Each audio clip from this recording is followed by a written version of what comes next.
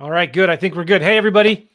Welcome. This is the Real Estate Investing Mastery Podcast. Really glad you're here. We're in for a good episode today. Listen, as we're recording this right now, we are broadcasting live to YouTube, Facebook, and Periscope. So if you're watching this live right now, I want you to give us a thumbs up, give us a like, wherever you are. Comment on this video. Let us know you're here. Say hello. Tell us where you're from. We'd love to give you a big shout out. And also, if you got any questions for Chad as we go through this podcast, I'm sure you will.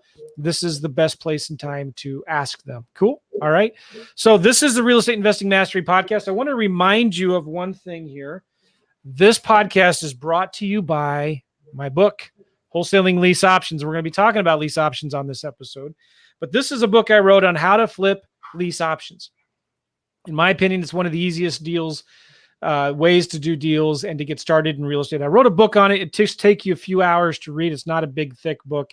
And you can get it for free. Just pay shipping and handling at WLObook.com. WLObook.com. I thought I had, there it is. Look, I got the domain banner right there. Isn't that fancy? WLObook.com. You get it for free. Just pay a little bit of shipping and handling, and we'll send it out to you. I get testimonials all the time about this book. And all killer, no filler, as I like to say. Cool. So get it at WLObook.com right now. It's free. So, okay, let's jump right in. We got Chad Corbett. Chad, where do you live? That's a hard question to answer. I know you travel a lot. Where do you live right now? I travel quite a bit. I'm in Roanoke, Virginia. I have a home here. All right. So we got a lot of cool things to talk about on this episode. Chad has been in the business a long time. When did you get started, Chad? So I started in real estate in 2005 in brokerage, and I worked for a developer doing ski front, beachfront, whole ownership. So I've been licensed in 4 states. Wow. And in 2011, I kind of hit the reset button. At 29 years old, I realized I'd worked my way to the top of a industry that I didn't really want to be in. So I spent the better part of a year camping and fly fishing all over North America. Yep. And ended up moving from Maui, Hawaii to Roanoke, Virginia, a town where I knew nobody. Wow. So I think one of the questions I heard you ask a lot and back in those days was, if I dropped you out of a plane with nothing but $100 bill and a laptop, what would you do? And I kind of put myself in that position. Really? I left a market with a median price of $1.5 million, making a great income, and dropped myself into a city where I knew nobody and became a real estate investor with 0 relationships or anything. So it's been interesting. And since then, I've done a little bit of everything. Yeah, so we're going to talk about what you did. This was in 2011. Is that what you said? Yeah. We're going to talk a little bit about what you did, because you got a really cool story, and you're now doing a lot of different things, and you're traveling a lot. We're going to talk about that. You're one of the nation's premier experts on probates, how to get probate leads. We're going to talk about that. But first, here we got David. Hey, from Illinois. How you doing, David? Glad you're here. And Skip. Hey, Joe, you're the marathon man today. This is my second podcast. It's not a marathon. It's not a big deal. Skip must be too, because he watched both, right? Yeah, there you go. The marathon podcast listener. Cool. Okay, so Chad, by the way, as an introduction here, you have a podcast of your own too. What is your podcast? We do most of our stuff on YouTube. We're not podcasting. Every Thursday we do a live mastermind call, and we have hundreds of agents and investors from across the country. So that's on Thursdays at 1 p.m. Eastern. You can find, if you find our Facebook group, All the Leads Mastermind, you'll get, there's info there. And then we do a role play call typically the first Wednesday of every month. I'll do live role play in the probate space with agents and investors from all 50 states. Super cool. We had planning the first Wednesday, so it's actually tomorrow at 2 p.m. Eastern. We'll do a live probate role play call. What's your YouTube channel? It's youtube.com/all the leads will get you there. So ALLTHELEADS. All the Leads. And so the Facebook group is All the Leads Mastermind. Yes. Okay, cool. So I want to talk about lease options here for a little bit, Chad. This is one of the strategies that got you started in the business, right? It is. It was actually, so I started wholesaling first, and I had spent my entire career working with millionaires and billionaires, negotiating the price upwards. And all of a sudden I found myself like my first 3 months of wholesaling, I made, I think, $38,000 in the first quarter that I started. So I wasn't bad at it, but I didn't feel good about it. And what I realized is at that time in 2000, that was early 2012, I had to say it's eight out of 10 sellers in Roanoke were underwater slightly at least. And realtors were saying you can't sell. And a lot of buyers were being told you can't buy. So I'm like, how do you bridge this gap? And like, how do you transaction engineer this so you don't have to say no? So I made a rule for myself. Like there should never be a time in your business when the phone rings where you can't help somebody first and monetize it second. Oh, that's great. I What love that that ended rule. up becoming was like a 4-bucket system. So the first intersection is really equity. So when someone calls with a motivation to sell, is there equity? Yes or no? If yes, then it's a wholesale acquisition opportunity or a conventional listing. If no, then it's a short sale or creative financing. And I've been able to force every residential deal that's ever come to my desk. It fits in one of those 4 buckets. So I had a system for each of those 4, and creative financing was the one that had the most complexity because it could be sub 2, it could be owner financing, could be a lease option. But there was never a reason that someone could call me if they own a house and they have a motivation to sell. I have a solution. I can help them and I can make money. Nice. I love that. I love having different options, right? Because it's not a one size fits all. One of the big, huge advantages that wholesalers have today is they only have one offer they can give to a seller. Right. And that's what got me started in lease options, because I remember thinking, I'm tired of throwing all these leads away that don't have any equity or enough equity. What if I could do a lease option on them and wholesale the lease option? Yeah. So you started you had a unique, very powerful way that you do lease options. Talk about what you started doing with lease options, and how you processed your deals. Yeah. So, I mean, you were really my inspiration. That's why I'm here. I'm trying to pay back. So I listened to your podcast in late 2011, early 2012, like every single episode. Oh, sweet. And I watched closely what you were doing. And I because of you, I learned about Wendy Patton, and I looked at kind of what everybody was doing.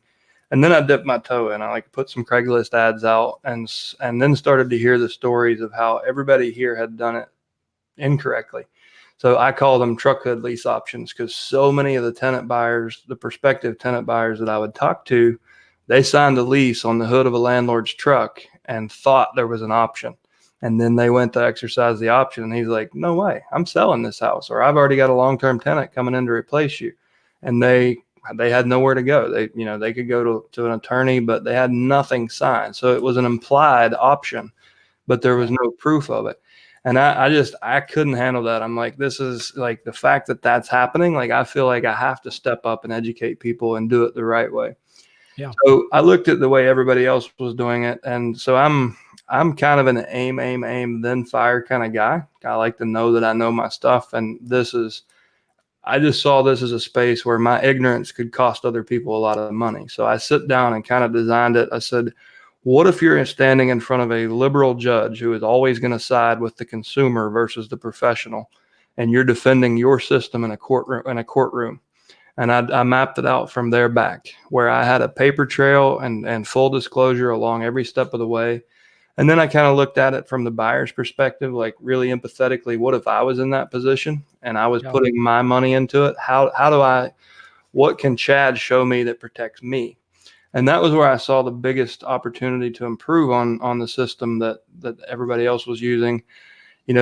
What if the seller that you get in this great agreement and everybody agrees on the terms, then there's a divorce or a death or a lawsuit or something that happens outside of the buyer's control. They've done everything they can do. They've made their payments on time. They manned up and put down the option fee, and then they stand risk of losing everything because they're not protected. So what I would do is I would sign an option to lease option with the seller. At this time, I was not actually looking to own houses because I've always had the aspiration to travel as much as I do now. So I didn't want to create a bunch of and in my opinion, like it for me with my lifestyle, those will be liabilities because I have maintenance for 2 years to make sure it closes. So I wanted to bridge the gap between the buyers and sellers and then get out so I could live life the way I wanted to live. So I would sign an option to lease option with the seller. And I typically found those on usually Craigslist, like FSBOs or expireds are really good. Craigslist was a great place back then. You remember clickable links? Oh yeah. That Oh was yeah. so nice. But anyways, so I would usually find most of the prospects on Craigslist. I would say I had an 80%. It was insane. If I called 10 people, I could get 8 of them to do this. It was so easy because they were out of options, right? They were Yeah. they were listed for sale by owner, grossly overpriced, and nobody was looking. And Yep.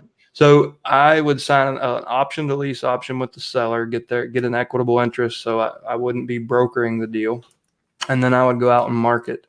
I would find a tenant buyer that I was comfortable with, and if you want to get into that now, I can tell you Yeah. how. Yeah. Please do. Mhm. So I said what I quickly realized when I put out my first deal was I got covered up with tenant buyer requests, and I mean like 200 emails in a day.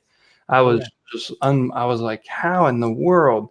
Well, what I quickly found is most of them would tell you they wanted to buy a house so they could get into a nice rental. They had no intention of actually buying. And when you tried to push them into a financial strategy to become a homeowner, they would lock down or just, I got to go, I'll call you back. And they were gone.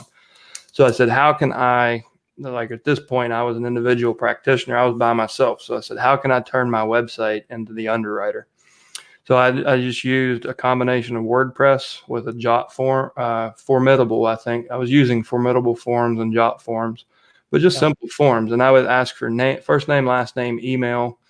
And I think that was it on the first step. And then once they submitted, they would get more information about the program and what it looks like. And the next step was click this button to apply. And no phone numbers anywhere because my phone just exploded. So I actually had to pull the number off of the website. So they would, when they clicked apply, the next form was a long form. And I just I partnered with the largest mortgage company in Virginia. And we had an agreement where they would stick with my tenant buyers for at least 2 years. And we would require them to go to professional credit counseling. So I took the mortgage application. I think it's a 1004 is the form that they use. So it has everything you need to run a full mortgage application. Mhm. When they clicked submit, or there was a PayPal button. So they would pay $35, and that was for a criminal, credit, and sex offender background check, like a triple background check. They would pay the $35, submit. It would send an email to my mortgage banker with a full application. It would send an email to me, and it would send an email to the credit repair guy. And everybody knew what would happen, what their role was when that happened. What I found is it took about 200 people to go through stage 1 to get one good one in stage 2. So it was like a 200-to-1 ratio. So I kept myself from, fielding 200 phone calls by using free technology. Like the form generator I was using was free. The PayPal button was free. Whatever I paid for WordPress. I mean, what are you paying? Maybe $50 a month to host a WordPress site and everything. Yeah. Not much at all. For less than $50, I was able to take myself out of it completely. So what I ended up with was a really qualified, really serious prospect. And then of those, like I would usually get 3 to 4 good prospects per property. And then I would choose the one that I felt like most needed a lease option. I'll say this, if any of you guys are in brokerage, if you have your real estate license, this was one of the best buyer lead generation tools I ever had. Like one, and we'll probably talk about this house. It's the house that really got me into probate. I had 4 tenant buyers get through that application process. 3 of them were able to get conventional loans and close in the next 60 days. But they had been told by so many people, it's so hard to qualify. You can't buy a house. You've got to have this amazing credit score. I was able to get them conventional financing. So I turned them down, literally had people fighting over this house. I turned 3 down and was like, no, just hold on. Like you can buy a house now. The person that's getting this home needs this more than you do. So like on that very first deal, I had 3 conventional buy sides and a lease option wholesale, like a lease option. So Really? yeah, I mean, I made $8,000 on the lease option, and I probably made an additional $12,000 on those other 3 buyers. So it was taking it seriously enough where I looked at it more as a consultant. Like I was almost the housing advisor for the people who thought they were in this situation. So I tried to make everyone prove to me that they couldn't buy a home before I would put them in a lease option. And if I could prove that they were qualified, then I would move them over into a conventional buyer funnel. I know several people that's their strategy. They're either mortgage brokers or realtors, and they will market for tenant buyers on lease options or owner financing deals, and will many times get the people that can qualify for loans and get them financing now, and then go find them a house and make money from either the mortgage side or the broker side. But Yep. yeah, super powerful. And I found that to be like, after they went through that filter, I found that of what I had left, about 50% of those could qualify for a mortgage, like an FHA or a conventional. So they moved into another part of the business. One of the other three buckets, I would move them out of lease option and over to conventional, which gave us a whole lot more inventory, right? With lease options, I had one or two houses to talk to them about at any given time because they move so quickly. Where with Now, did you have your realtor's license at the time? I did. Okay. I had four of them at the time. Oh, four different states. Yeah. Okay. So that's kind of how that we underwrote the buyers. Once we had a buyer that we were comfortable with, I would present the kind of their financial plan. So what the mortgage broker and their credit guy had worked out. And we would present that to the seller. So here's their background check. Here's their financial plan. Here's their mortgage application. And I suggest that we move forward with this person. If they said, yep, that sounds great, Chad, then I would collect the full, and I just marked my option fee was always 4% or higher. And the way I presented that to the buyer at the time, an FHA loan was at least 3.5% down. So I said, in order to like the most common financing that most people get is FHA. So we need to make sure that, you're on this path to home ownership and you've committed to that, right? Mm-hmm. Okay. So that a down payment is one of the biggest hurdles for that, right? Okay. So we're going to take 4%, and that's going to be a fee. It's not a deposit. So if you don't do what you promised, this is the seller's. If you do what you promise, you'll see a line on the settlement statement where this is being credited back to you. And we would I would have them give me 2 months bank statements and write a check for the option fee. And then that got emailed to the mortgage banker. So when he was going through underwriting 2 years later, he had source of funds. He could show that it left their bank account, went into to the attorney's office, and then we can show the attorney ultimately paid me that as the. So that's important. That's an important distinction right there. The tenant buyer would make the check out to the attorney. Right. Right. Because then when that tenant buyer is trying to get their financing later, it makes it a whole lot easier to get that applied towards their down payment if it's shown to an attorney or an escrow company, title company, and not to Chad Corbett LLC. Right. Okay, good. Yeah. So you need to be able to source the funds back and prove they came from that buyer, not from somebody else. So that was part of, in order to do this, like at this level, you really I made sure I understood exactly what the lender's needs were, and made sure that I was a good partner for the lender. So they were always willing to do this. And I've never, in all the ones that I closed, we never had to backtrack and prove anything because we proactively put all those documents kind of in escrow in the beginning, and we're able to prove, source of funds and everything. So once we found someone that the seller was comfortable with, I would actually put the tenant buyer and the seller together. Like we would meet and have coffee. And I would say, okay, guys, so we're going to do everything else from here in an attorney's office. So you can have all your questions answered. You have, that attorney will work for you. So then I would send it to my attorney and basically open escrow. Now, this is where I deviate from most people. When I was trying to figure out how to mitigate the risk for the buyer, I said, how do we hide the asset? How do we, if someone does end up sued or in a probate litigation or whatever it might be, how do we make sure this buyer doesn't lose everything they've committed? And the best answer I could find was a land trust. And for $500, I can get all the paperwork drawn and get the asset transferred. It was $475 in legal fees and recording fees. So for $475, which the buyer would pay, the seller would pay, I would get it rolled in. I would clear title. So we would do an exhaustive title search. We would clear all the contingencies in the purchase agreement. So the inspections were either waived or completed. If there was a remediation limit, we would negotiate that and resolve it. But we would clear all contingencies just like we would in a conventional loan process. And then we would roll the asset into a land trust. My LLC became the trustee on the land trust. And notice, like, what's important is I'm not the beneficiary. I'm not the trustor. I'm the trustee. So what that means, if a seller skips town or gets killed or anything else happens, my company has the authority to sign the closing paperwork so my buyer doesn't lose everything. So that was just it was an added layer that I made the seller pay for it made me feel a lot more comfortable, because none of us can predict the future, even if it is only 2 years out. There were so many uncertain variables that I was more comfortable doing it that way.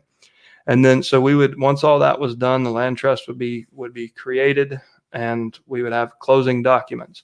So they would come in, and I would, had basically a checklist of every single thing that they needed to understand explicitly.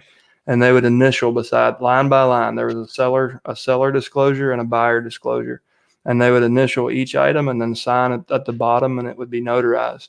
And then we would take it to the courthouse, roll it over into the land trust, and record the option against it. And that was it. We handed them the keys. We did a video testimonial, and we congratulated them on being homeowners, because mentally we wanted to create an environment. We wanted all the emotions of buying a home to be present, so that we wanted them to feel like, you own this, you're responsible for maintenance. And a couple of things I failed to mention as part of this, we offered a free appraisal. So when the appraisal was obviously not done up front, is when they exercise their option, they get a free appraisal from the lender.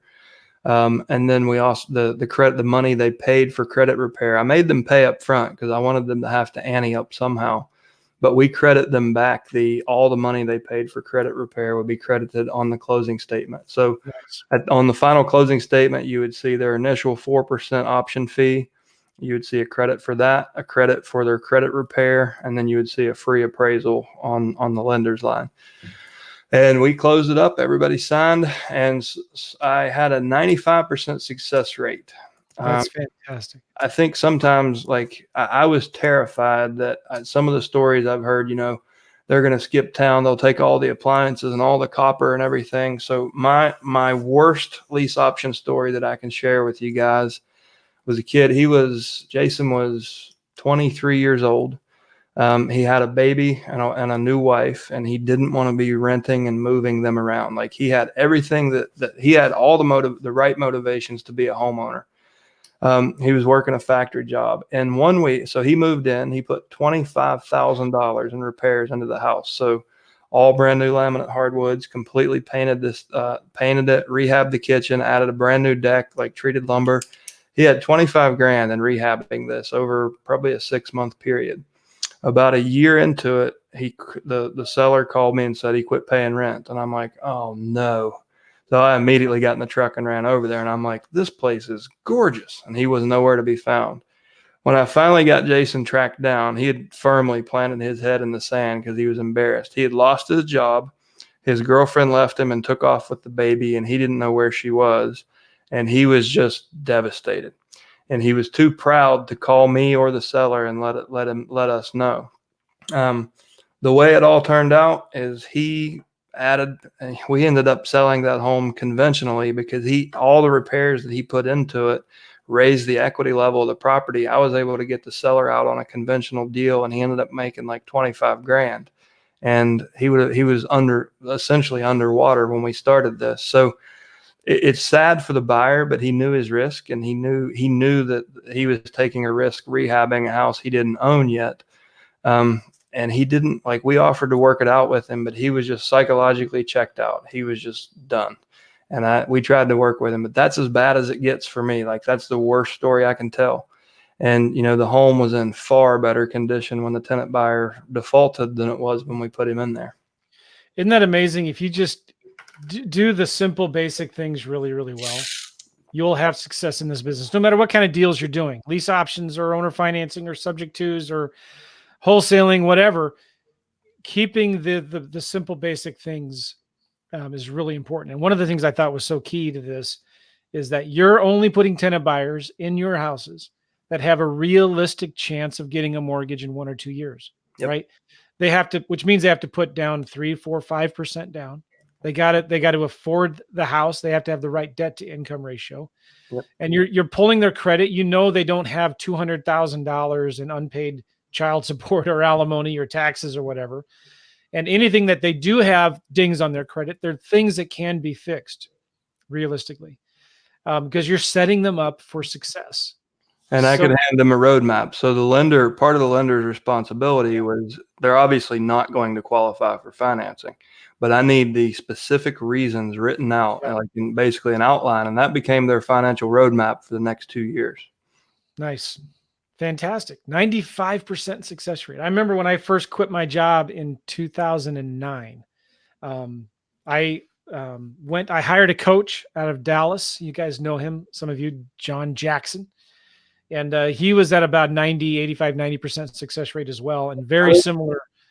You just get nice houses, right?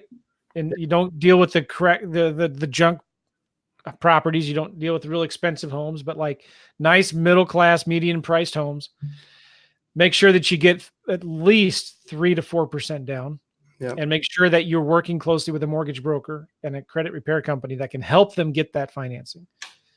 And you'll have a good reputation. You won't be showing up on the local news.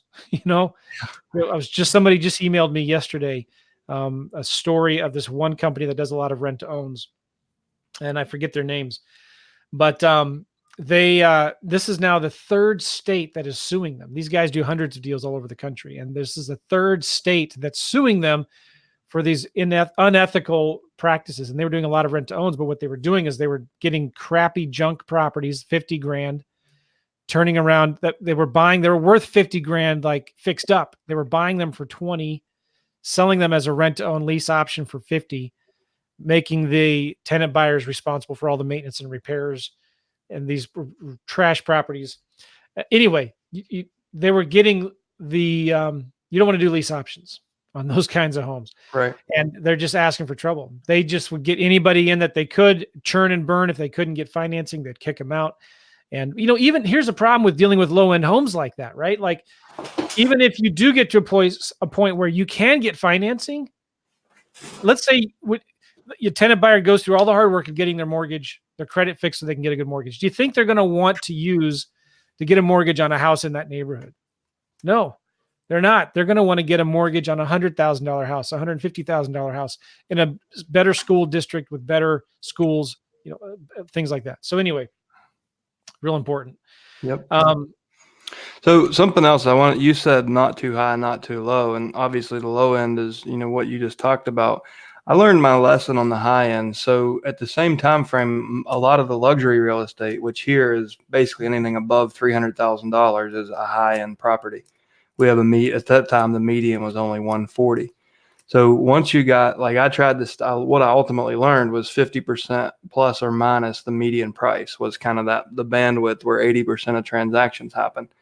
Because I was new to this and I was eager to learn as much as I could, I took on a $500,000 home once. And it was a beautiful home on a nice big piece of land.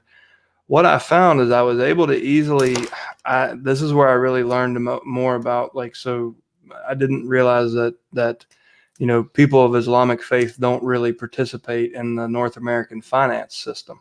They believe in a shared risk model, and they don't, even if they have the ability to get a loan from a conventional mortgage lender, some of them won't do that because it's not culturally what they believe a finance agreement should be. So I was able to meet a lot of business owners and a lot of people who didn't want to participate in the conventional financial market, like with a conventional mortgage, any kind of mortgage.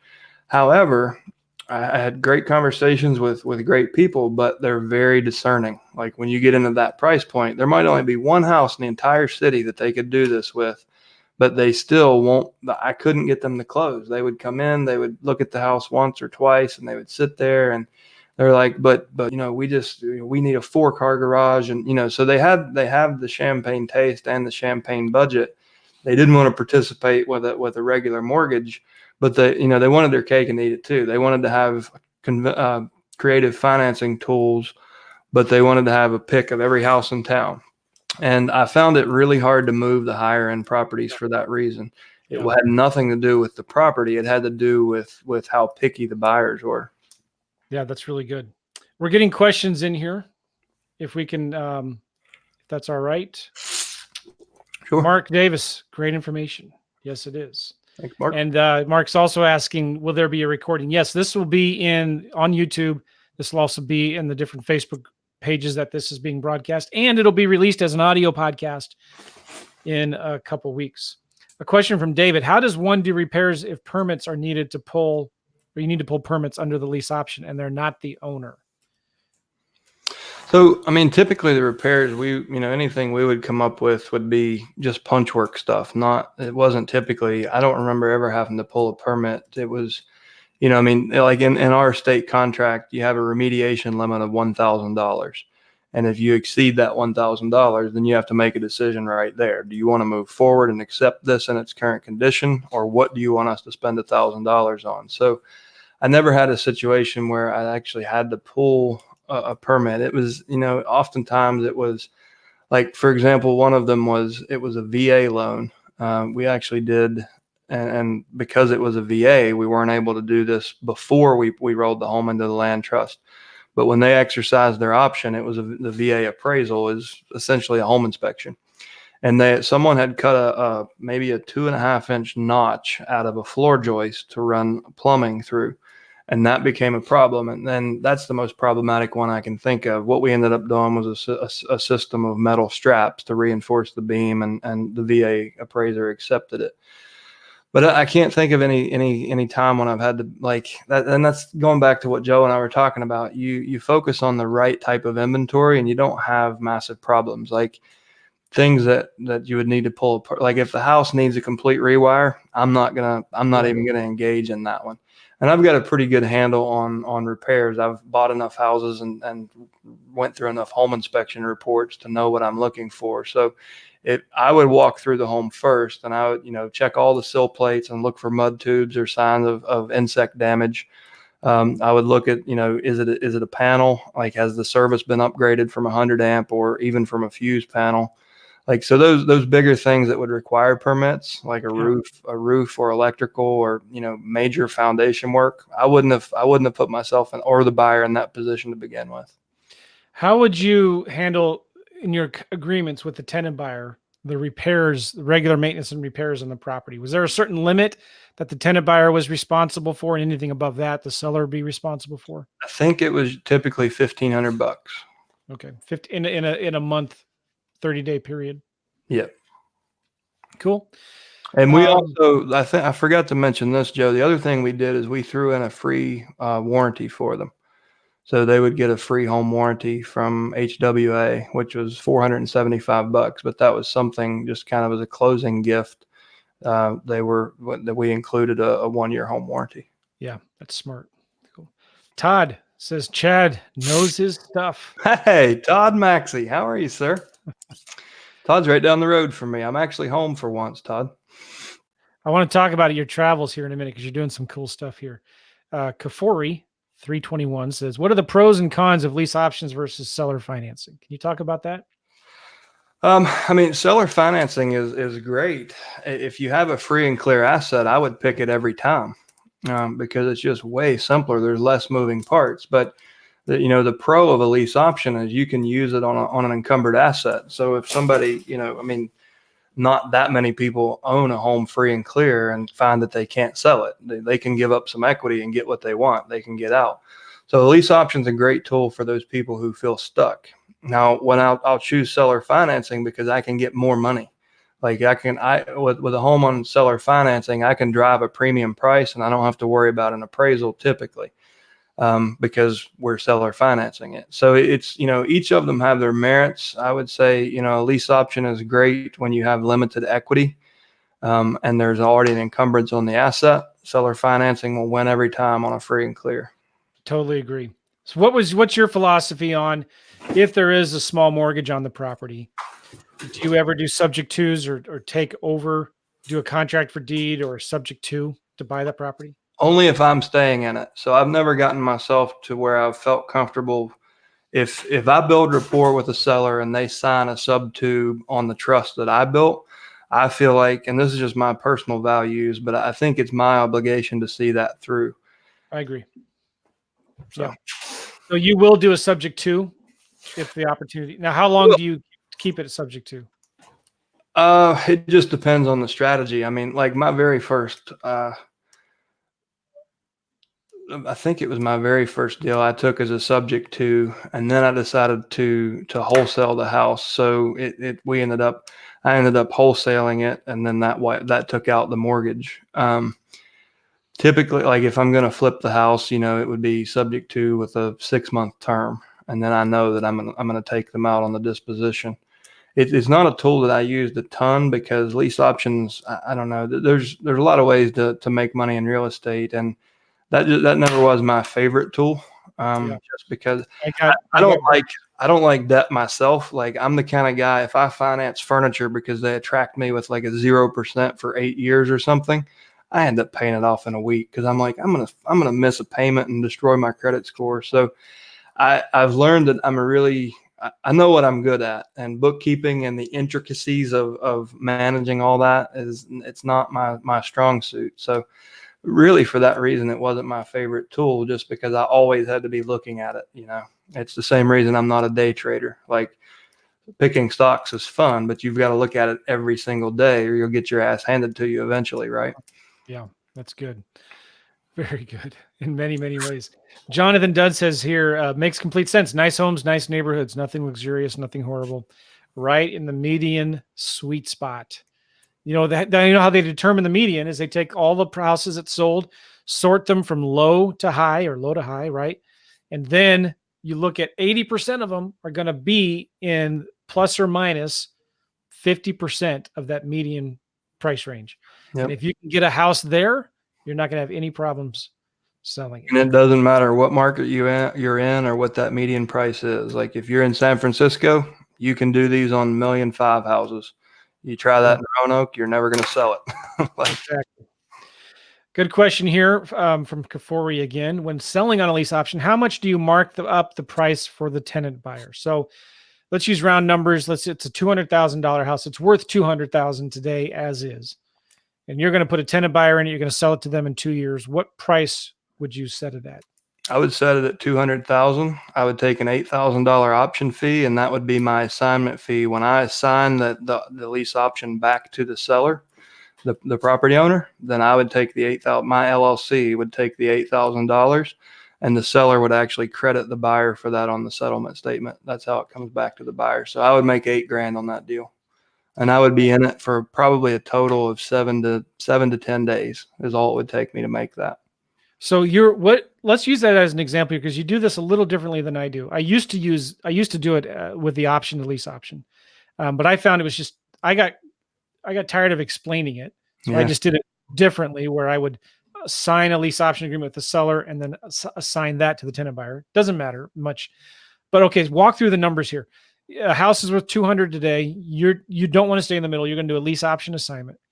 What would be then you sign an option to lease option with the seller, right? What are the numbers on that agreement with the seller?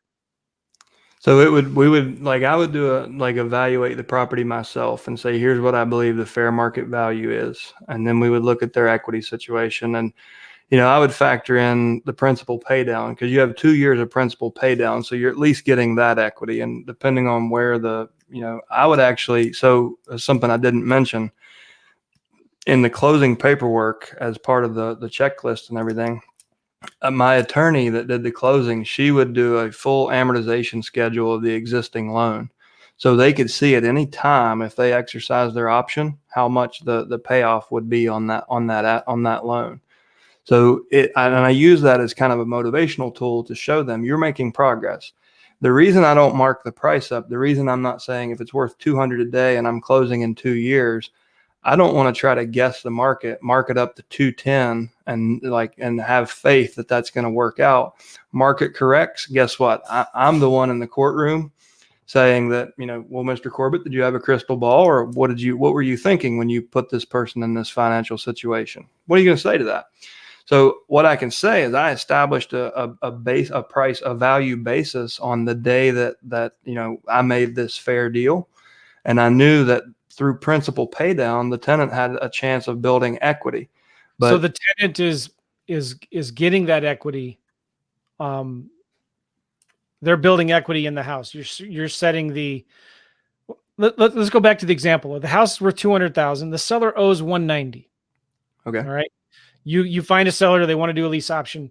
What are the numbers on the paperwork with the seller? So it would be an option to lease option at $200,000.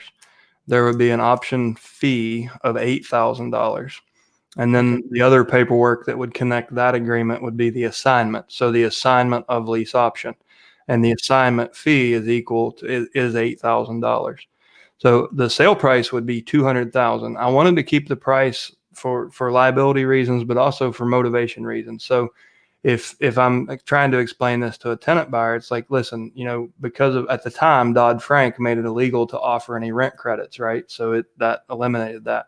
So I know you're used to seeing advertising that says you'll get 20 or 30% credit for each month that you make your rent on time. We're not playing that game. We price homes fairly. We put you at a fair price. And we also put you in a position so you're paying someone else's mortgage over the next 24 months. And you're aware of that, right? Okay, so you know that part of that payment is interest and the other part is principal. So every month that you make that mortgage payment, the principal balance, goes down and the equity in the home goes up. So when you exercise your option and close, if the market spikes and goes through the roof, that's to your benefit. If the market tanks, then they also have an out clause. If the home won't appraise, the buyer has an out clause. So I tried to show them, the benefit of that, and I didn't mark the price up. I felt like 4% was really fair for a few days' work. Okay, so then what's the sale price to the tenant buyer? It's 200,000, right? 200,000. And explain to me again, how does the tenant buyer capture the principal pay down? Well, so the principal, I guess that was me misspeaking. So that's actually the 190 let's just say it goes down to 180. And then the seller owes 180, they get 200. So they would actually just recapture their option fee, not the principal. Right. Okay, cool. I want to talk about your traveling. You're traveling a lot. Why? What's going on? Are you running from the IRS? No. Why are you traveling so much? Bad jokes. I'm sorry. This picture. I don't know. No worries. I want everybody to know I don't know anything about Chad, about running from the tax man. I'm fully paid up. I just paid my quarterlies, and I'm a good guy. Okay. So this picture on my wall, this is from a Russian artist. It took me 4 months using Google Translator to get this is the only original in the country. I own the rights to it now, but it's a BMW motorcycle beside of a lake. And in 2011, I was making more money. I grew up really, really not privileged in a small town in West Virginia. So I'd worked my way up to an income that I didn't even think was possible for myself, but I wasn't really fulfilled. And at 29 years old, when I looked at the leadership above me, I didn't really see people that I wanted to be like. They were controlled by paychecks, and they were basically leveraged by the things they owned and the lifestyle they had built. And I think that's just a really shitty way to live your life. So I walked away.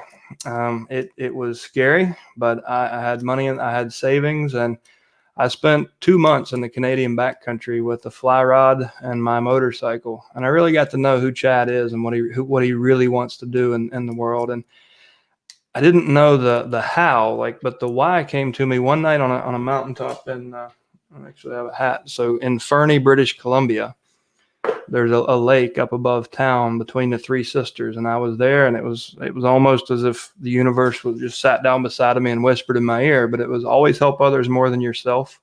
Always be able to turn a 6-figure profit so you can have enough to live and give away, and always be able to run it from anywhere in the world with an iPhone so you can capture this moment on demand. I had been out for 2 months, by myself, no communication, no GPS, no plan. Just I would go do what I wanted to. And it was a feeling of freedom I'd never really had. I felt just alive. And I said, if I can accomplish those 3 things, I think I can feel this way forever. I can just be that person. And when I came, choosing Roanoke was part of that. I chose a town with a low cost of living, but a high enough population to start a real estate investing business. I had no ties here, knew nobody. And I started, with wholesaling, didn't like it. Started with lease options, couldn't trust to delegate it. So I put the strategy on the shelf because I didn't trust employees putting my company at risk without me watching them on every step of the way. And then I built a real estate team. And then I've kind of found my aha in probate. And that was the one that really let me meet all three rules. So I can provide more value to the world than I was for myself. I could make a really good income, and I could run it. And I built the entire company around this. I can run the whole thing from a phone if I need to. And once I finally got that right and got it in place, I haven't really been home for like the last 4 years. I'm home 8 to 10 weeks a year. Here, I'm technically a Florida resident. I've got a home in Virginia. I split my time between usually, like, I spend a lot of time in Toronto. I spend a lot of time in Florida, down where, like, in around Cape Canaveral, where our office is. And then I spend most of my time in national parks and unique places. And recently, I had a goal to retire by 40 and go into the nonprofit world and take everything that I've learned here and try to spread that benefit around. I actually, to the extent I made the choice not to have children so I could do that. I kind of called bullshit on myself last year, and I'm like, why wait till you're 40? Do it now. So I've recently started I do photojournalism, and I train people to ride big off-road motorcycles. So I wanted to merge all that together for philanthropy. Like, so how do I tie in, a camera, a motorcycle, and my energy and experience to make the biggest impact I can? So I now travel across the world and do charity projects on motorcycles. And I spent the entire month of April, I was in Nepal. We put enough water treatment systems in place to help 7,000 people survive another year. And I'm doing it as a photojournalist and on a motorcycle. We're going to areas of Nepal that have never seen visitors outside of their own little region. They've never even seen a Tibetan person. If you're outside of the mountain range. So we have special clearance from the government. We go to these areas where NGOs can't reach, and we take a very specific solution that MSR out of Seattle has developed, essentially a miniature pool chlorinator. So you pour salt water in, chlorine comes out. So I've really set my sights on, just spreading as much of the being as generous as I can and making as big of a positive imprint on the world as I can. So Wow. I do a lot of charity travel now. I do a lot of camping and different things. So that's how I got where I'm at. Super cool, man. Good for you. Congratulations. Yeah. Let's talk about probates real quick. We need to wrap this up. What do you like about probates, and what are you doing with them right now? So the deal that got me into probate was actually a lease option. I think the best way to convey all that is to tell you the story. So I had mailed a list of, I looked at the NA back in 2012, 13. I looked at the NAR survey of home buyers and home sellers. And what I realized was, on average, the average homeowner will sell every 9 years at that time. I think it might still be that. But I was like, So I went to List Source. I pulled a list of homes that had at least 51% equity that hadn't transferred in the last 9 years, and I mailed it. You talk about pissing some people off. Like, I had so many angry people. And I never dreamt that list would be volatile, but people are really emotionally attached to their homes. One of them was an older lady who said, "You don't ever mail me again. I'll die in this house." And I was like, "Thank you. I'll take you off the list." And I was like, what a failed marketing campaign. Well, 60 days later, I get a phone call, and it's her daughter, the same lady. Wow. And her daughter was frantic. Her mother had a stroke the night before. She was in ICU, and they were going to discharge her out. But they couldn't afford they couldn't afford it. They didn't have the liquidity for in-home care, and they surely couldn't afford, the rehab center. So she was stuck. And I said, all right, give me 2 hours and I'll be over. So I gave her 4 options. One, I'll buy this house cash right now. Like, you walk away, give me 48 to 72 hours to get title work, and you'll have the money in hand. She flinched really hard. She was like, you could tell that and when I got there was a RE/MAX sign propped up against the house. What I found out is that it had been on the market for 12 months with no showings and no offers. And so option 2 was, we'll go back to the market as is, where is, and we'll get it done quickly, but on market. Option 3 is, we'll go conventional, but we're going to empty out the personal property, use the money from that to do a kind of a cosmetic rehab, some punch work, and then we'll go out to the conventional market. And option 4 was my lease option program. And to my surprise, she owned it free and clear. So she chose the lease option. So we were able to get $8,000 up front, $1,100 first month's rent, $1,100 last month's rent. That was enough money to get her mom out of the hospital and into care. Wow. We sold the furniture, made $10,000 off of that. So I put a good chunk of money in her pocket up front, which helped solve her immediate problem. And then the tenant buy, that was actually the deal so we turned 3 of the buyers into conventional buyers. And one of them, it was a pair of retired Navy vets that forgot to pay their last electric bill when they moved away from Pennsylvania. That's it. That was all that was standing in their way. So within 6 months, we had it closed out, full price, no contingencies, with a VA loan. And you can do these with VA, by the way. I was nervous about that. I'm like, I don't know if I can get this past the VA appraiser. But that evening I went home, and I'm a really introspective person. I always like to look at what did I do right, what did I do wrong, and what am I going to do next time? And that evening was the aha moment that has blown into my whole business now. I said, how many people are in her situation? How many people think they're stuck? They think that, they have 80-90% of their whole net worth tied up in real estate, and they just need $10,000 for their immediate problem. So I went to the courthouse, and I went to the records room, and I learned I first met with the probate clerk and had her educate me on the probate process. Then I went to the records room and pulled the data. And then I kind of had the inspiration. My business partner, Jim, was also working on this down in Florida as an investor. And we were on a short sale mastermind together, and we got to talking. We said, well, what if we just teach everyone how to do this? And so that was the lease option got me into probate. And now we have an army of researchers. We gather data from every courthouse in the country. And I have trained literally thousands of investors and agents across the country to do just what I told you on that story. So to very empathetically approach homeowners with a broad scope of service. So not I buy houses or I list houses like a singular selfish offer, but give them 25 reasons to reach out. We have a team of people here locally that help families through probate. And we have we can quick cash offer. We can do a conventional sale. We have estate sale companies, clean out crews, contractors, social workers, senior moving companies, nursing home, family law attorneys, registered investment advisors, whatever it is that can be stressing you out, gives you a reason to respond to my marketing. And then obviously 80% of senior citizens have their net worth tied up in real estate. So the conversation very quickly segues to their biggest problem, which is the real estate. They have tons of equity, but no liquidity. Yeah. So you can apply everything we've talked about here today, like looking out for their best interest, understanding what their goals are, and then that just becomes your service roadmap. You just knock their problems out one at a time. And it's a way that you can really, the key to it is using tactical empathy to really differentiate yourself. So rather than talking about your business and your strategy and what you can do, you call and focus on them and say, what's been the toughest thing so far? And you just knock them out one at a time. And you don't even have to.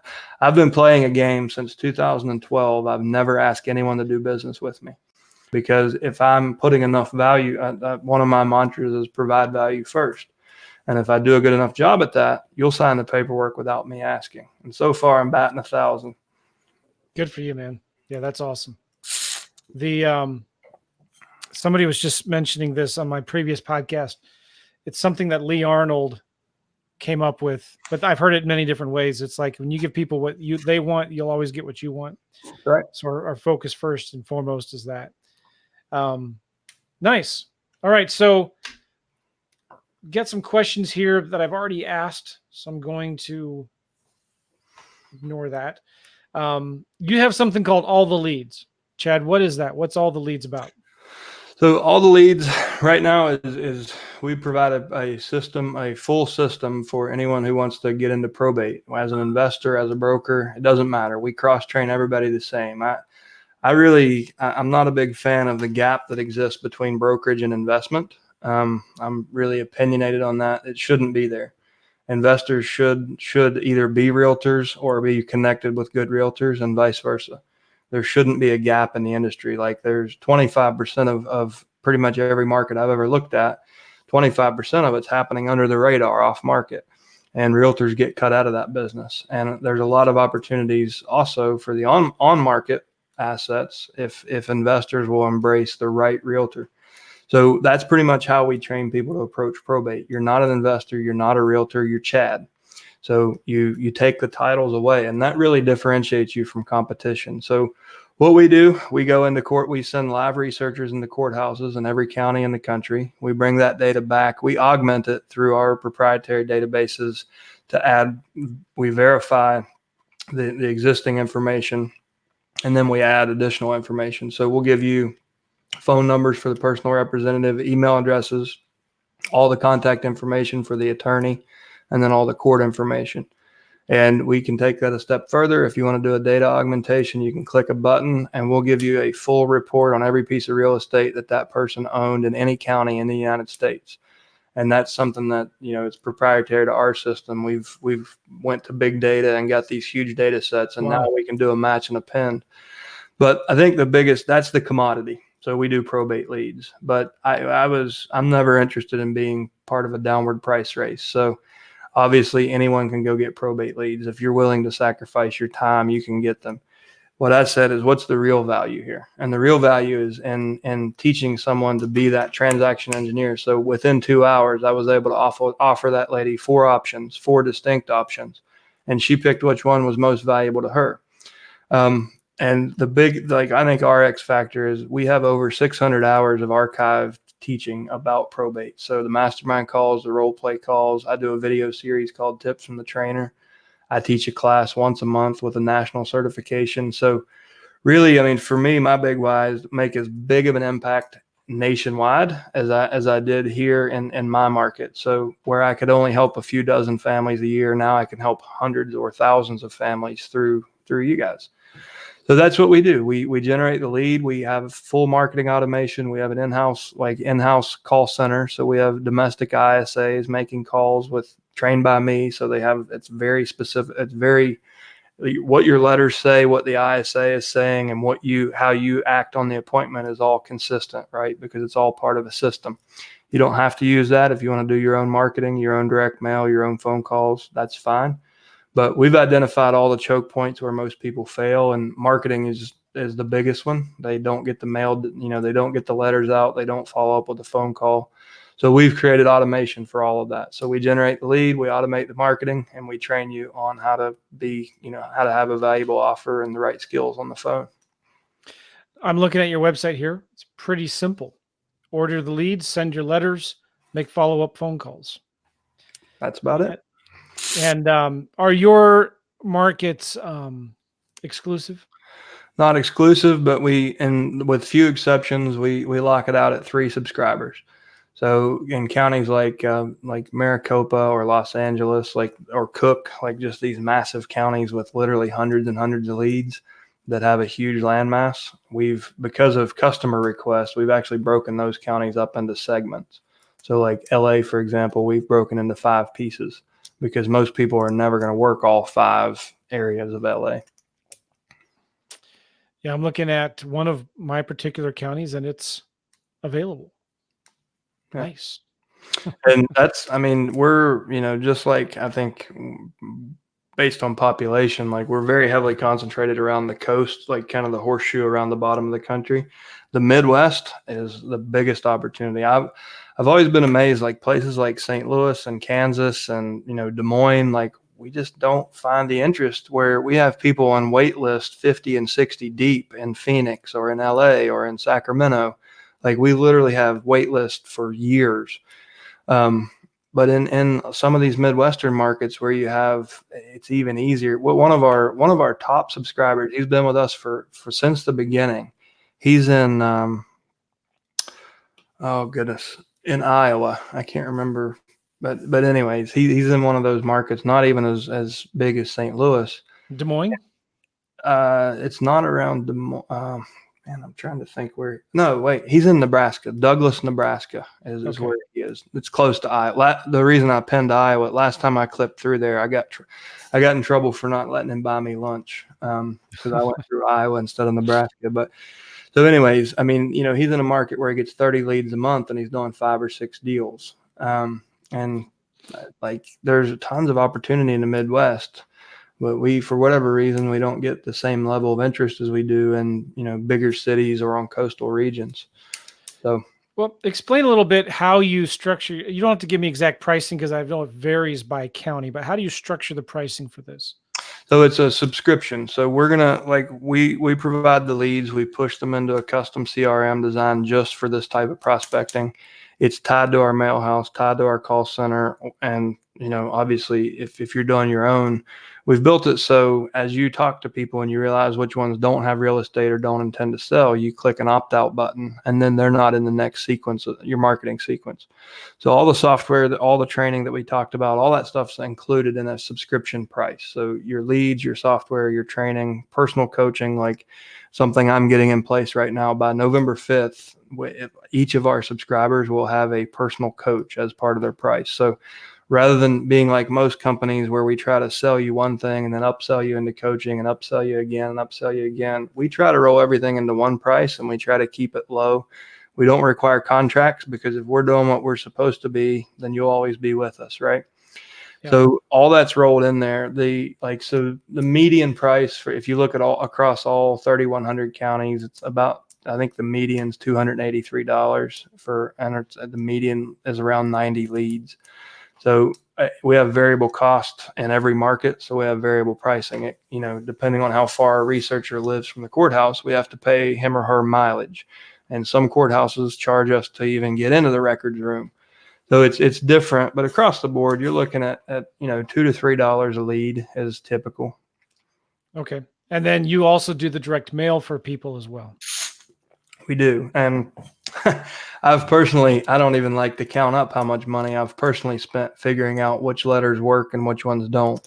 But the letters that we provide for you are proven in all 50 states. At this point, they've made millions and millions of dollars. So we've gotten the letters in an online editor. You go in, you set up your letter, put your logo, header, footer, however you want it.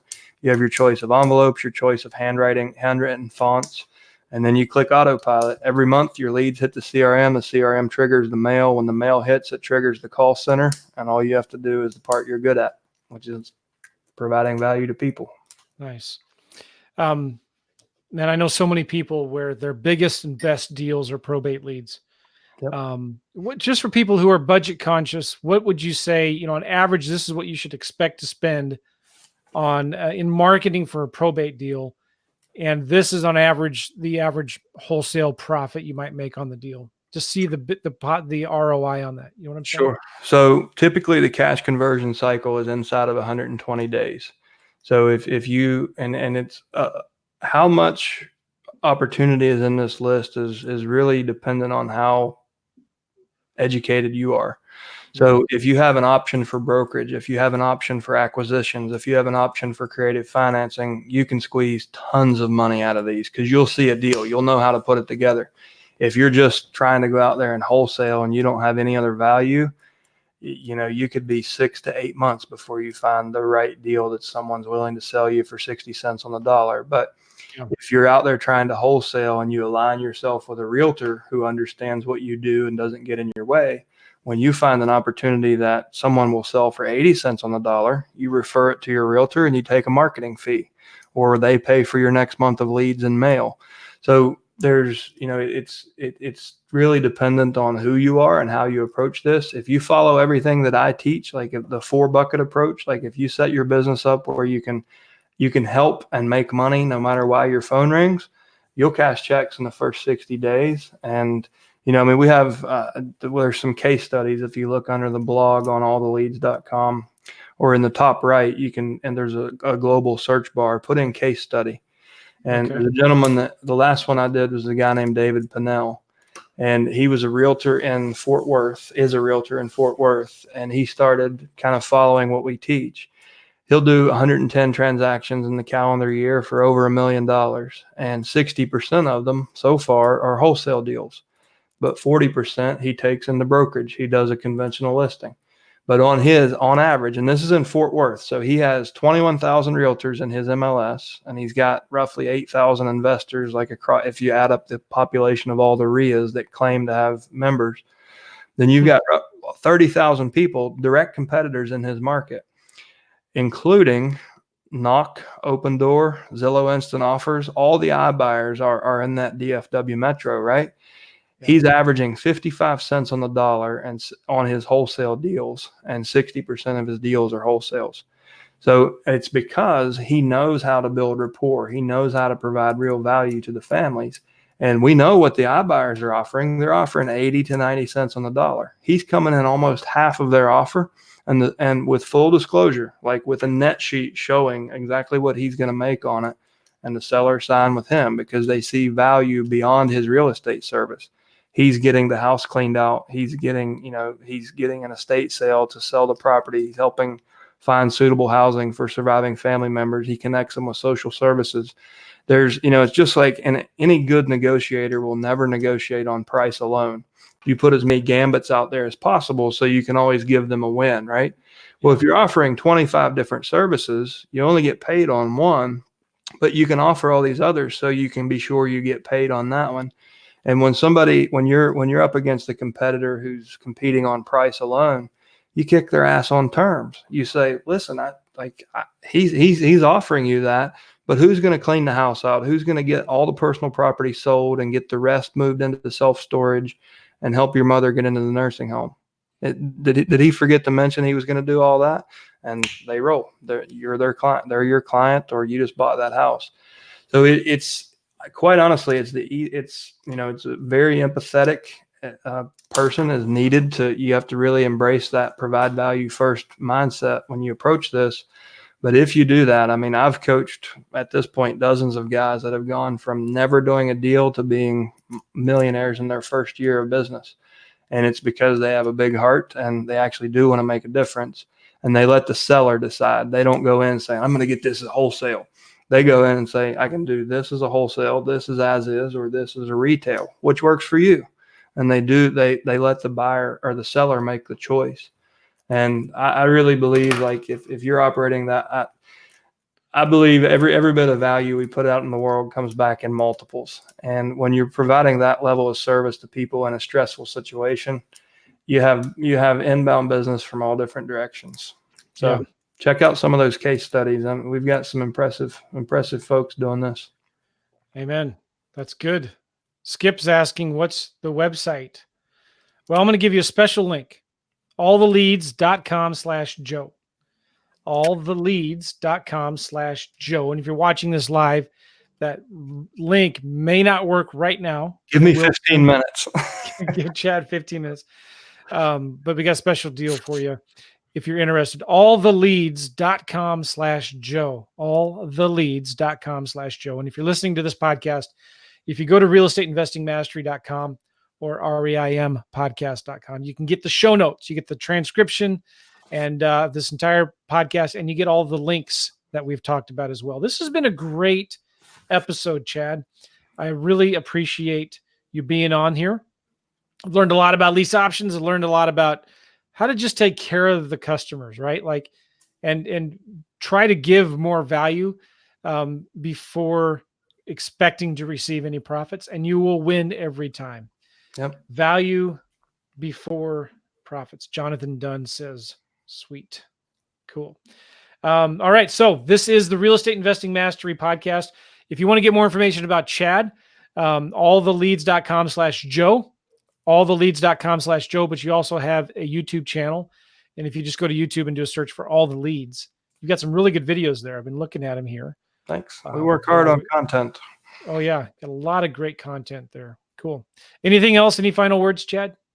No, I mean, I really just want to thank you, Joe, for the opportunity. I remember I used to go to the gym every morning at 5:30 when I had a routine. And I used to, even when I was strength training, I listened to your podcast every single morning, and I got a ton of value from it and a ton of inspiration from it. And really my motivation to do this was just to kind of try to pay that back. Like I got a lot of,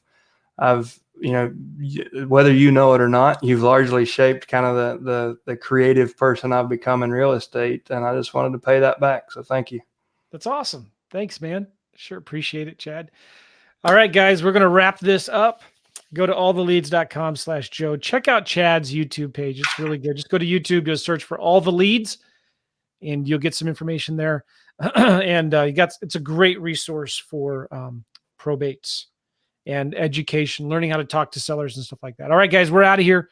We'll see you later. Take care. See you guys. Bye-bye.